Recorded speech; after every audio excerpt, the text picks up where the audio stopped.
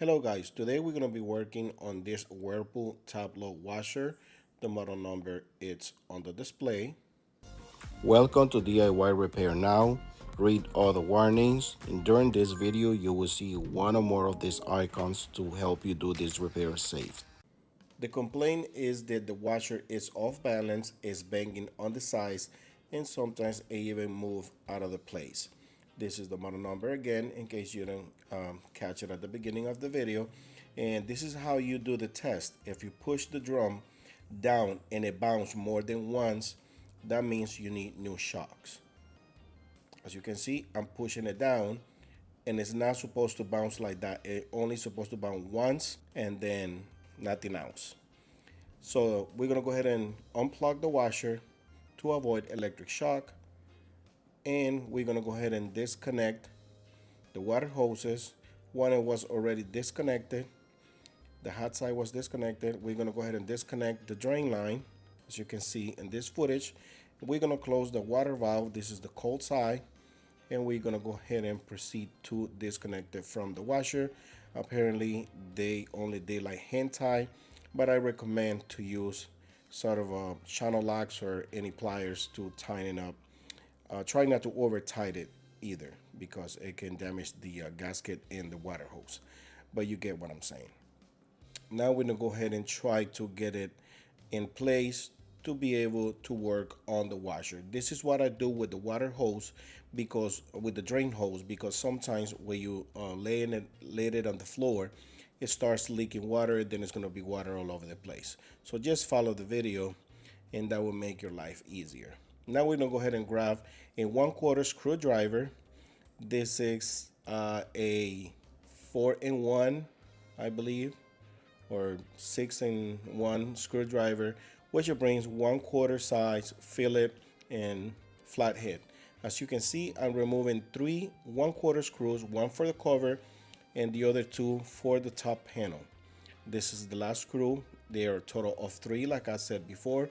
Let's put them on the side, and now we're gonna go ahead and remove the cover. This covers protects the pressure tubing and the wiring. So let's just go ahead and put the screws on the side.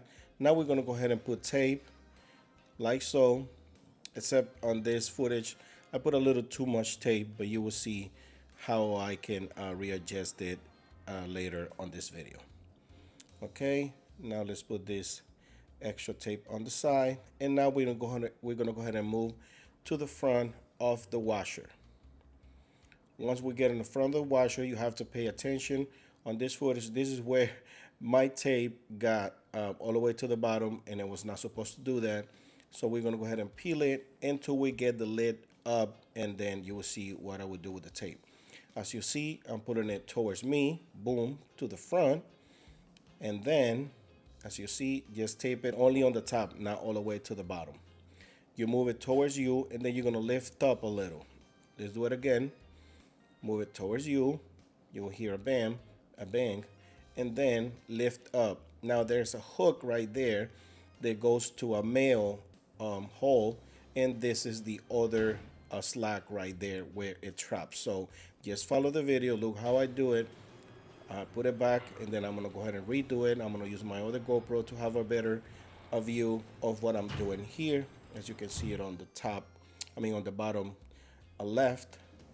And as you see, I move up and then push it back to release it from the top. This is the hook that I was telling you about, that you have to release it, and then the other 2 in the front. So basically, let's do it again, because this is one of the most complicated things. A lot of people tell me that they don't know how to release it. Move it forward, lift up a little, and then push back, and then it will release from the hooks, and then you'll be able to open this top cover. Now you see what I did with the tape. That was just to secure very good the door, and this is how this works.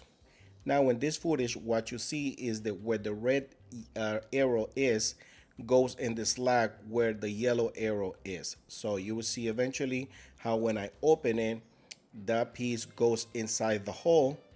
So watch when I open the door, and this is very important because otherwise this door is gonna keep sliding back or forward. See, that's how it's supposed to look. Let's see the other side. You can see right there. That way it doesn't move anywhere, and then you can just lean your cover in any place or have somebody to hold this top cover for you while you do the work on the washer. Most of the time you will have a wall or anything that will hold the washer. Now we're gonna go ahead and start by removing this one right here. We're gonna do it by hand, and I'm gonna go ahead and link a whole bunch of other videos because there's a whole different ways to do this repair. So go ahead and check the links that I'm gonna put in this video. That way you can see different options and how to do it. Now, as you can see, it was getting hard for me to remove the other one, so I'm gonna go ahead and put something in the middle of the washer inside the drum. That way the drum lift up. As you can see, the drum now is raised up, and then I don't have too much weight on the drum to remove all shocks. So this is the most safe trick that I found, because in the other videos I use some pliers, but it all is all gonna depend on the space that you're working on. As you see, once one of my hands got slippery, because sometimes you will find grease on these shocks, just use the other one and just remove this piece that holds the shocks in place. Once you release all four, this is the third one, just go ahead and lift up, twist it, and then get it to the slack and remove it. This is very important. Look how this is positioned, because the same way you're gonna put it on. So just follow the video. If you have to wash it more than one time, go ahead and do it, because it has a trick. This is a little slow motion that I put here for you. You can see right there, get it to the slack. But then there's a little tip that does the trick right there, where you're gonna put it back on, and it has to be in certain slack. Later on in the video, when I'm installing the new ones, I'm gonna show you again how this goes position, really close to the end of this video. Now this is the fourth one. This is the last one I do all the time, because this is the most complicated one, since we have the dispenser part right there. As you can see, I have limited space here, and you can see my hand is kind of tight there. Always wearing long sleeve, because this piece right here is sharp. You can see right there, it was almost cutting my hand, my arm. And then use a flathead screwdriver to remove these plastic pieces, because this is another thing that one time I got cut.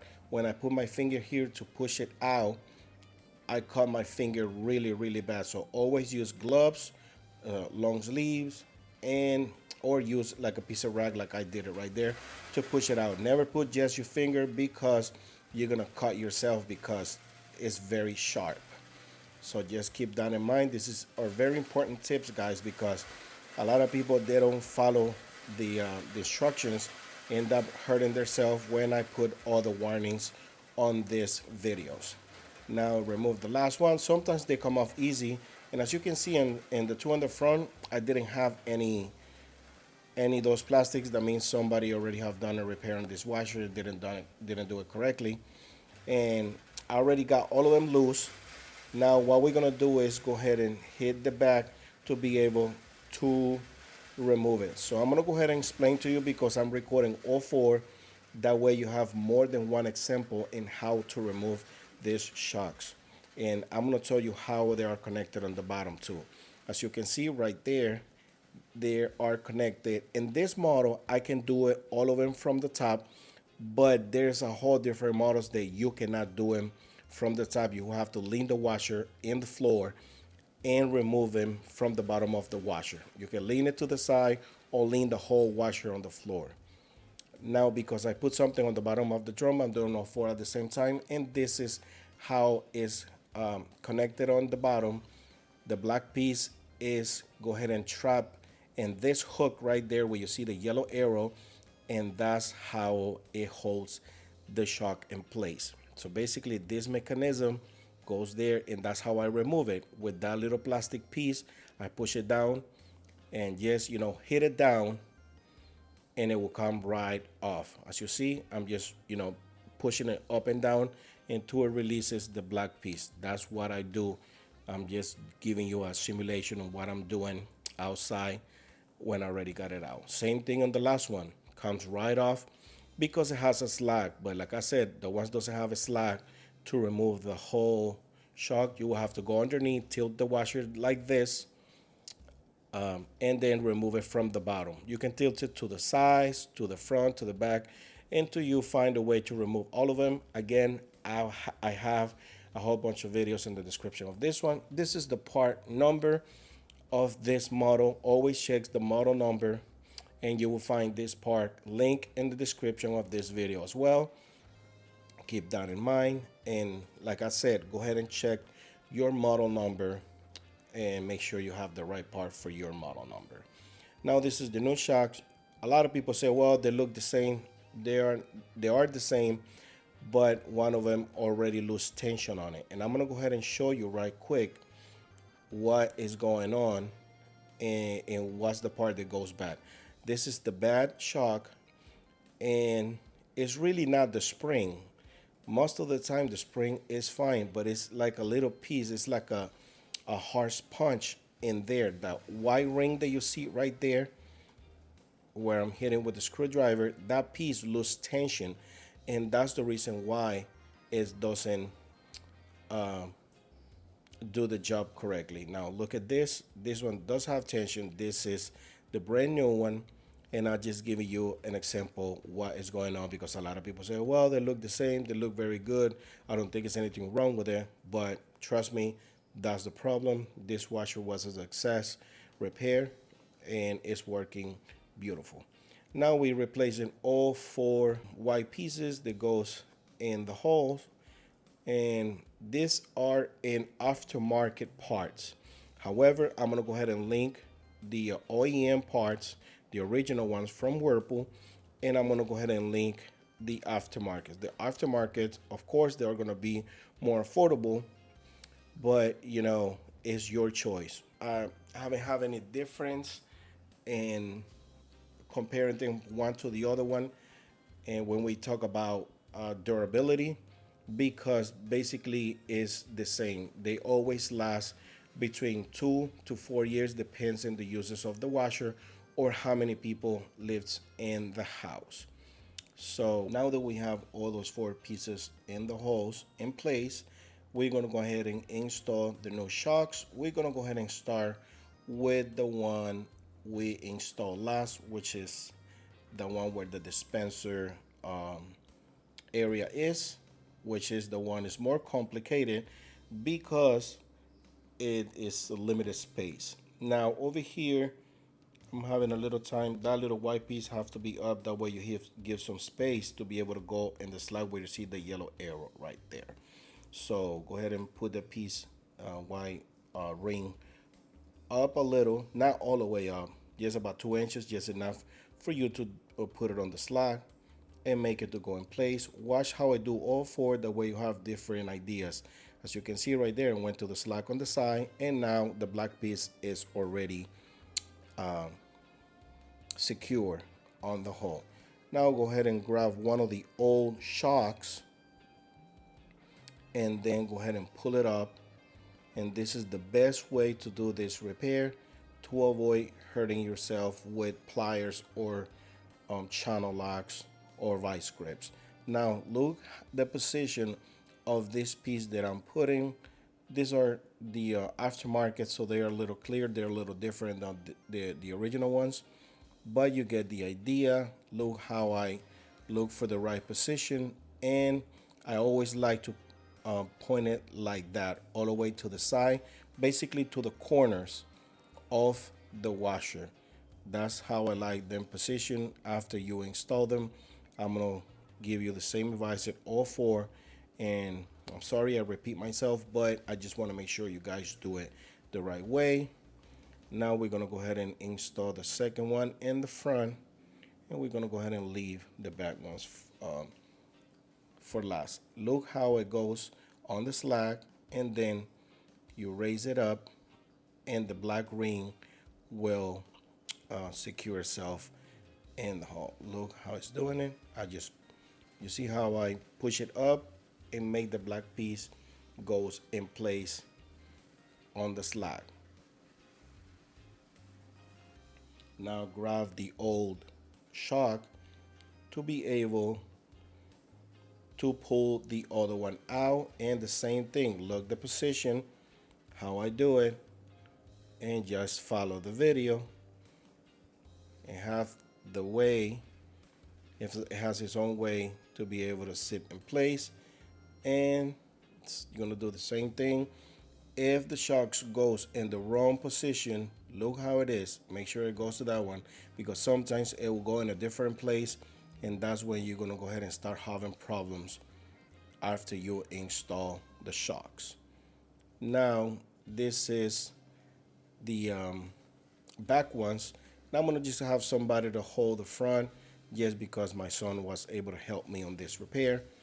But if you're doing it yourself, just make sure the bottom piece that you put underneath is in the center. That way it raises the whole drum evenly. As you can see right there, I'm doing the one in the back, position it right, and go ahead and remove. Be careful when you remove this hook, because it gets trapped there, and then if you don't be careful, you're gonna end up like banging yourself at one of the sharp edges. So again, wear long sleeves shirts and gloves to do this repair safe. Now I know I'm not wearing any, and a lot of people say, well, why you not wearing any? Hey, I do this every day.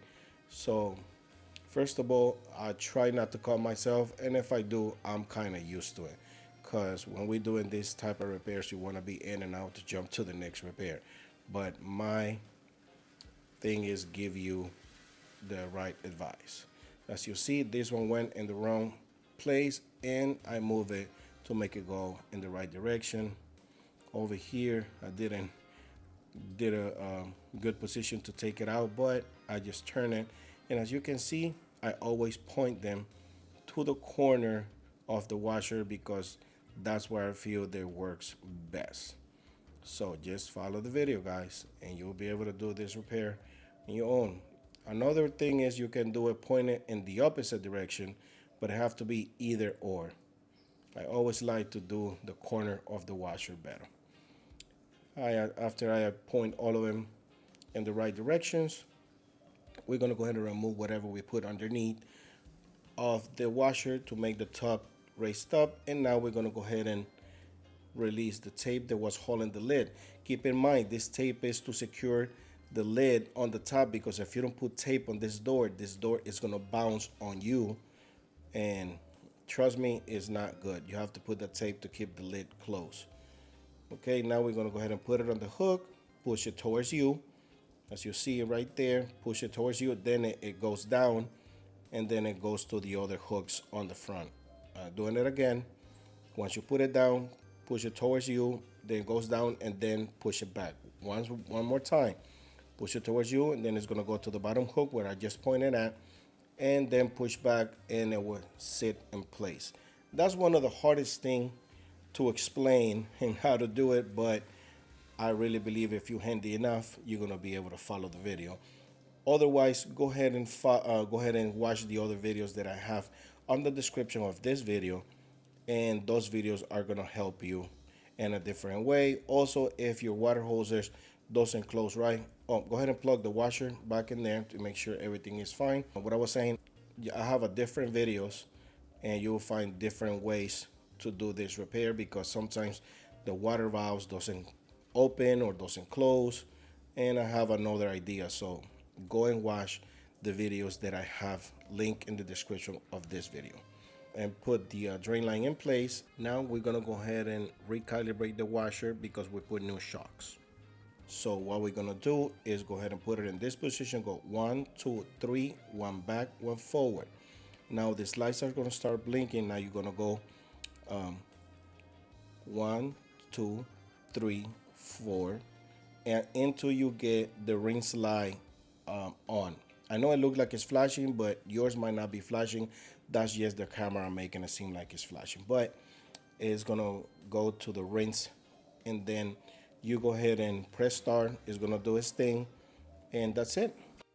All right, guys, if this video helped you in any way, you can show us appreciation by giving us a tip using the following options that you see on the screen. If you cannot provide with a tip, is another way to support this channel by just dropping off a comment in the comment section down below.